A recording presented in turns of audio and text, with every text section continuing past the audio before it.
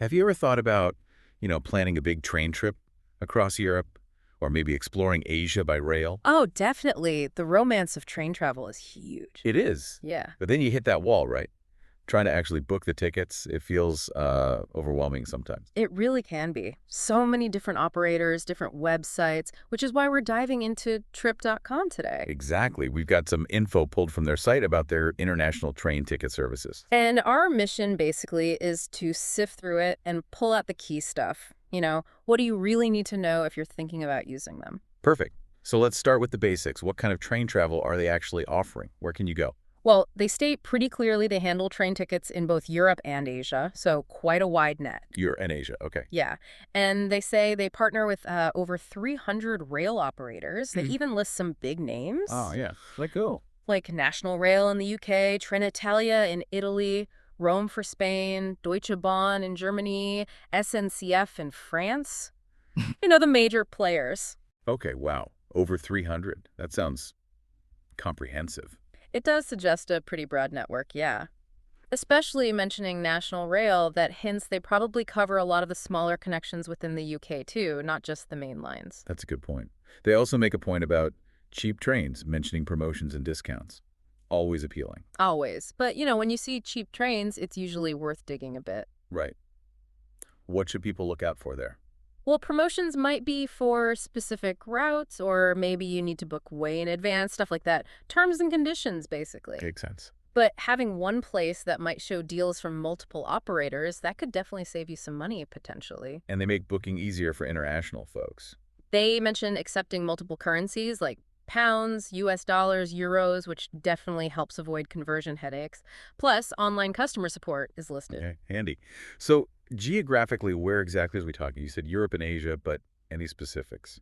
Yep, they break it down. For Europe, they list the UK, Eurostar, that's the UK to Europe train, of All course. right. London to Paris and Brussels. Exactly. Then broader Europe, specifically calling out Italy, Spain, Germany, and France. Okay. And Asia. For Asia, the focus seems to be on China, Hong Kong, and South Korea. Gotcha. So quite a few major travel hubs covered. Yeah. Do they give examples of routes? They do. Like for the UK, they mention London to Manchester, London to Cambridge, typical popular routes. Mm-hmm. For Italy, Rome to Florence, Spain, Madrid to Barcelona, France, Paris to Lyon, Germany, Cologne to Frankfurt, that kind of thing. Okay. The big city pairs. Yeah. And London to Paris for Eurostar, naturally.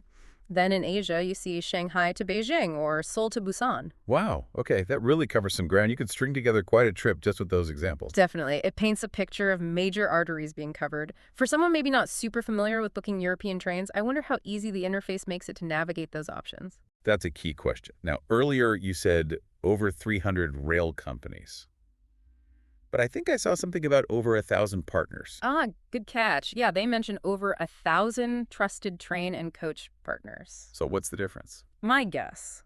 The 300 plus is likely the main train operating companies.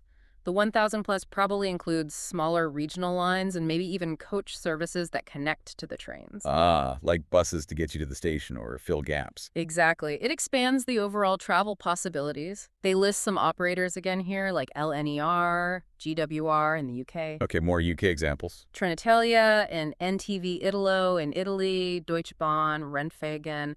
It reinforces they're working with the established, well-known carriers. Which generally means reliable service, though experiences can always vary, right? Absolutely. Depends on the specific operator, the route, even the time of day sometimes. True. And Trip.com, it's not just trains we're talking about, is it? No, definitely not. Looking at the page, they also heavily feature flights, hotels, airport transfers, even tours and attractions. So they're positioning themselves more as a full-service travel platform. Seems like it. You could potentially book your whole trip flights, trains, place to stay all in one spot. They also mentioned customer support again, guarantees, info about the company itself. Okay, so let's wrap this part up. If someone's listening and thinking about booking international train travel, what's the main takeaway about Trip.com based on this? I'd say the key thing is they present themselves as a pretty comprehensive option, especially for Europe and key parts of Asia. They boast a big network of partners, offer potential discounts, and handle multiple currencies. Right. Aiming to be a central hub for a lot of train booking needs. Exactly. Covering many of the big routes people look for. Okay. So thinking about all those Hmm. possibilities, all those routes across continents, and a platform trying to make it easier, it does make you wonder, doesn't it? Wonder what? Like, what specific trip, what destination might you aim for next by train? And, how much easier could planning that actually be with a tool like this? Hmm. Something to chew on for the next rail adventure, maybe.